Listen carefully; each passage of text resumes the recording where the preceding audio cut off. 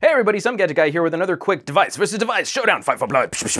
And I wanted to backtrack a little just to talk about the M7 as it relates to a newer piece of hardware from Samsung. The M7 is still one of my all-time favorite phones in that it's got my absolute favorite screen form factor. A 4.7-inch display, which is really easy to reach all sides of the device for someone with my sort of clinically normal peak of the bell curve average sized hands. Ergo, they were a little tiny and small. But the M7 also started us off on a conversation of Android devices having a more premium fit and finish, a nicer feel, this aluminum shell, and a more stylish design, and it really set HTC apart in offering a unique experience on their devices. Well, Samsung is now trying to have the same conversation this year with the Alpha. We can see they're starting to take some of their design language and influence, paying homage to companies like Nokia and working with metals like companies like HTC. And so I think the Alpha now stands as one of the last options we've got for a smaller form factor screen, but that still feels like a premium or a premier experience. Playing with a 4.7-inch screen again has been phenomenal. This is the best screen size compromise for someone like me in still having a nice surface area to display content on, to watch video on,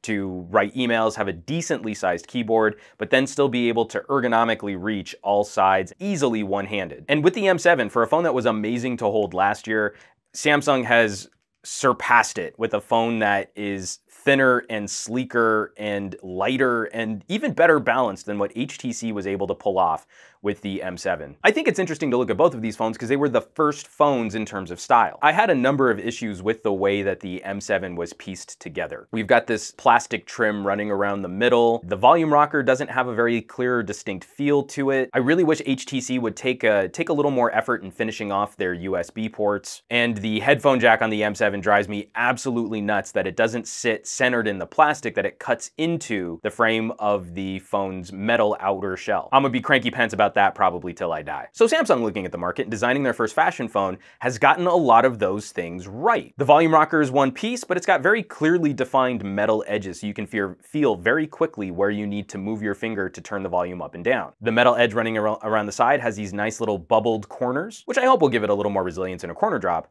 but they're also finished with this nice beveled edge. The USB port has a nice finished plastic edge running around the sides of it, and it feels cleaner when you're punching a USB cable in there. And they've done a very good job of addressing the headphone jack as the phone's metal shell wraps around the headphone jack and it feels and looks a little better centered on that top edge of the device. Plus anymore, when you've got a phone with a screen over 4.5 inches, I really think that's when you need to start moving the power button to the side of the device. Now, I still think HTC maybe has the slightly better display here, having an actual 1080p LCD in a smaller screen size, this 4.7-inch screen. Still one of the crispest and sharpest displays I've ever seen. But I really do like the color saturation and contrast on AMOLED, and so I tend to just prefer the color and the look, and especially the blacks when you get into menus and you can barely see the edge of the bezel where that stops and where the screen begins. I just think the overall experience of an AMOLED is better, and then also Samsung has followed in Nokia's footsteps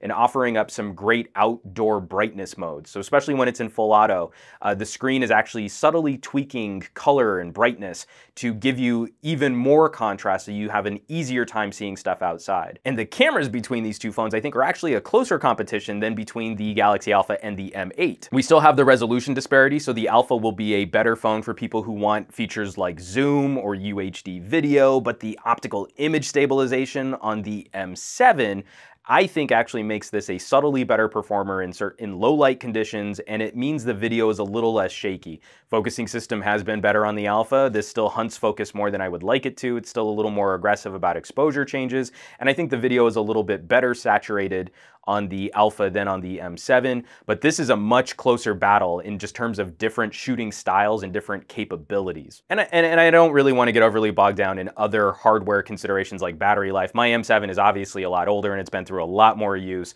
so trying to do a battery test now really isn't a fair comparison, but that's another consideration for the Alpha in that even in Samsung's first super sleek stylish phone, they're still giving us the ability to pop off this back cover and get to the battery, and yet that hasn't seemed to impact the thinness of this device. So folks, I didn't want to produce a video like this to have some clear winner. Haha, the Galaxy Alpha, which is brand new, is better than a 1-year-old phone. But I did want to show when a company changes their format, when a company changes their design language or experiments with new building materials, sometimes they land in amazing success. I think HTC, this is the phone responsible for changing HTC's direction, changing the course of their company. Samsung's still the top dog in Android land, so we're not talking about a company on the ropes. But we are talking about a company that's facing increased competition from LG and Motorola and Huawei and a number of other manufacturers that we won't even have access to here in the United States. Examining things like style, fit, finish, refinement are going to be crucial for Samsung moving forward. And their first outing of a phone with that kind of focus